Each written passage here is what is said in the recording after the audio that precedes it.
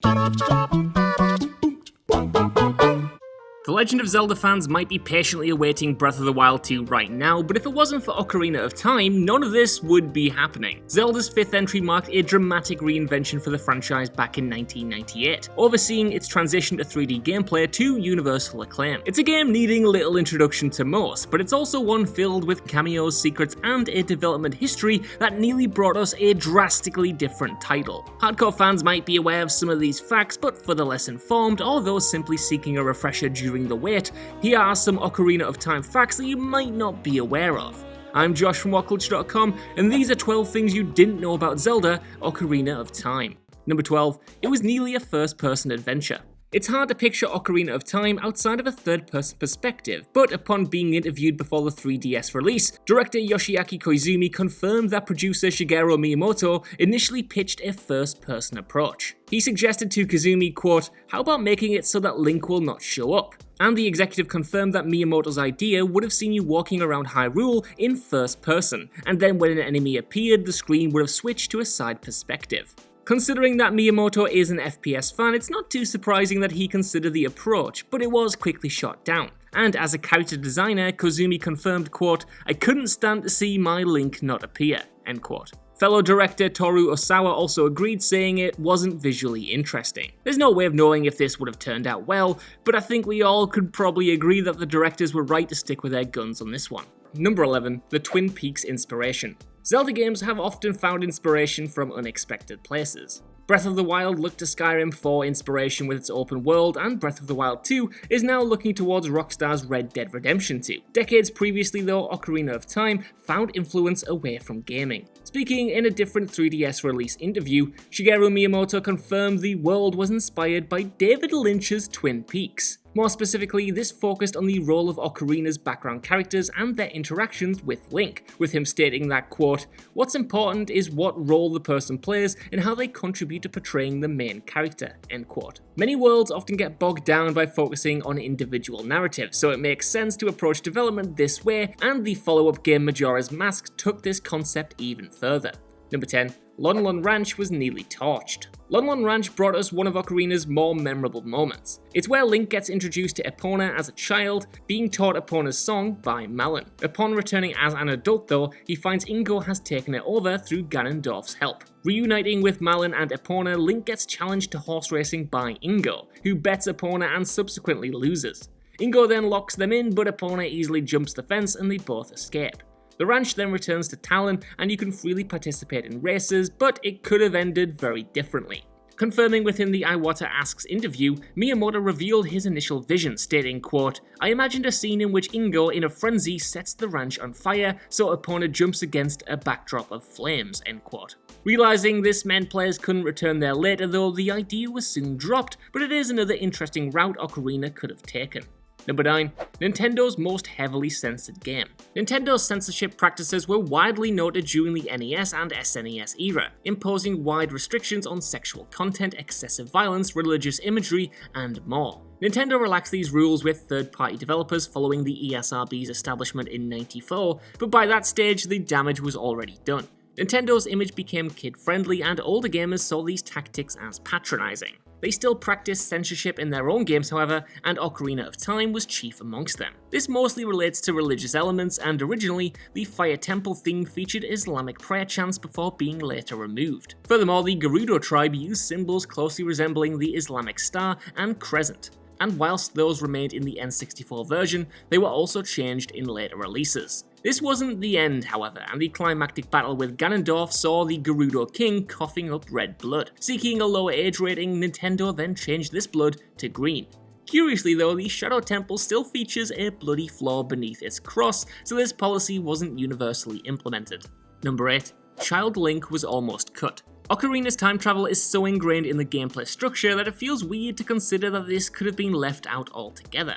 But according to part 1 of the Iwata Asks interview, only adult Link was initially considered. Director Toru Osawa confirmed this was due to the game's use of Chambara-style combat, saying that it didn't work as well with Child Link due to limited attack reach, and explained, quote, He would be at a terrible disadvantage, especially against large enemies, end quote. The idea was put back on the table by other staff, chiefly Miyamoto, who wanted to see a cute little Link, and the time travel concept was formed. It proved a controversial decision internally though, with producers claiming that there were some heated exchanges as this drastically changed Ocarina's gameplay structure in an already delayed release. It came together after Osawa undertook several script rewrites, with fellow director Yoshiaki Kozumi resolving the combat issue. Considering how successful this turned out, it's hard to imagine playing Ocarina any other way.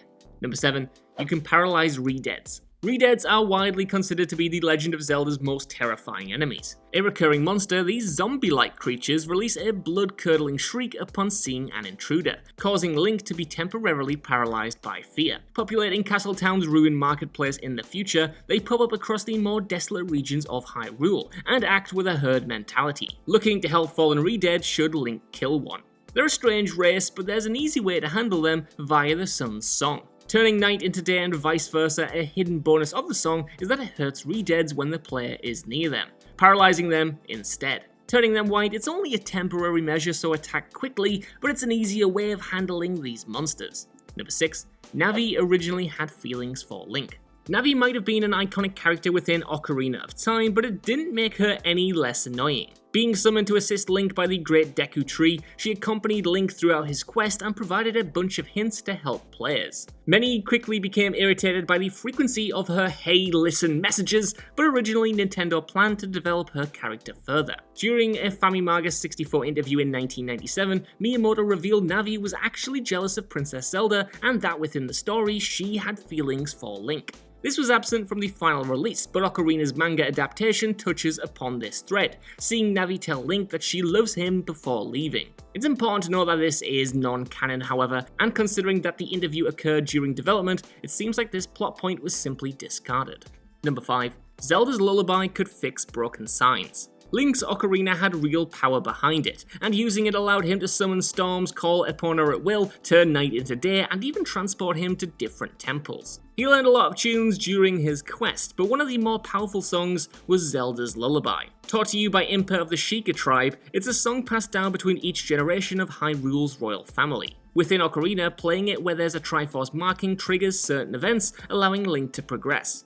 It served an additional, albeit minor purpose though, and if you were careless or destructive enough to destroy the signs, playing Zelda's Lullaby magically restored them. Furthermore, playing it near Gossip Stone summons a fairy, allowing Link to bottle it to revive him if he dies. Number 4. The Little Women reference. Little Women is one of literature's most widely read novels, first appearing all the way back in 1868. Written by Louisa May Alcott, it focused on the lives of the four March sisters, and has seen countless adaptations extending its influence into other works. It's easy to miss if you've never read it, or I guess seen the films now, but Ocarina of Time makes a very clear reference to the four sisters within the Forest Temple. Appearing as a group of mini-bosses, your progress gets hampered by the Poor Sisters, a group of brightly coloured ghosts called Joelle, Beth, Amy, and Meg respectively. Number 3. The fishing game came from slacking off. What do Yakuza, Zelda, and Warframe all have in common? Well, it's the fishing. You can't seem to avoid it these days as it appears in all kinds of titles, and Ocarina of Time is no exception. Link's Awakening was the first series entry to feature it, but according to development stories, Ocarina's minigame was never planned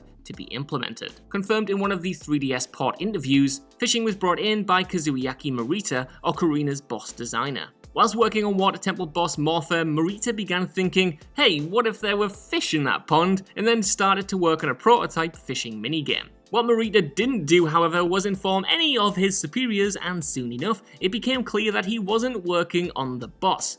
Rather than discard his work though, the team quickly took to Morita's efforts and started pitching ideas to flesh this minigame out. Number 2. Super Mario references. Both Nintendo staples, it's probably no surprise that there are a few cheeky crossover references to Super Mario in Ocarina.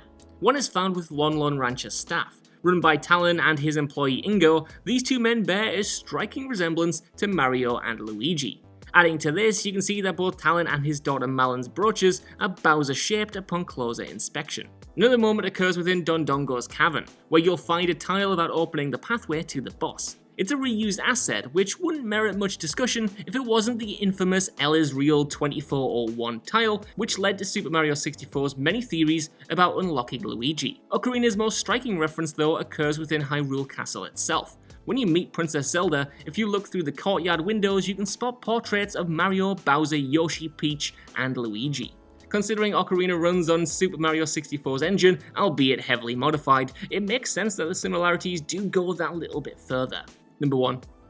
Zelda. Anyone who bought Wind Waker on GameCube will be aware of Master Quest. Released as part of a bonus disc, it provided players with a new way to experience Ocarina with remixed dungeons, harder difficulty, and altered puzzles. If Nintendo's plans had gone accordingly though, Master Quest could have been a lot more. Originally called Zelda, translating to Another Zelda, development began after completing Ocarina and would have restored cut content, featuring new enemies, additional masks, and the ability to edit your own dungeons. Planned for release on the 64DD, Nintendo's ill-fated hardware add-on flopped upon release after repeated delays and never saw a Western release. Most games were either outright cancelled, ported to normal N64 cartridges, or later released on GameCube, and Zelda was one casualty. It was an ambitious idea, and whilst we got a taste of it through Master Quest, we'll sadly never get to experience the full intended product. So that's our list. I want to know what you guys think down in the comments below. Are there any hidden facts that I missed off here? And how many of these did you already know? Either way, while you're down there, could you give us a like, share, subscribe, and head over to WhatCulture.com for more lists and news like this every single day. Even if you don't though, I've been Josh, thank you for watching, and I'll see you soon.